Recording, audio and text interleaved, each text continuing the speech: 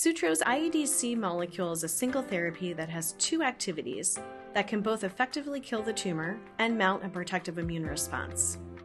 The iADC allows tumor-targeted delivery of a cytotoxin and an immune stimulator.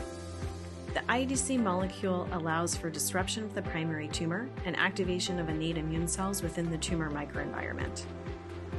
This dual mechanism causes activation and infiltration of cytotoxic T cells that can both kill the primary tumor and distal tumors within the patient's body.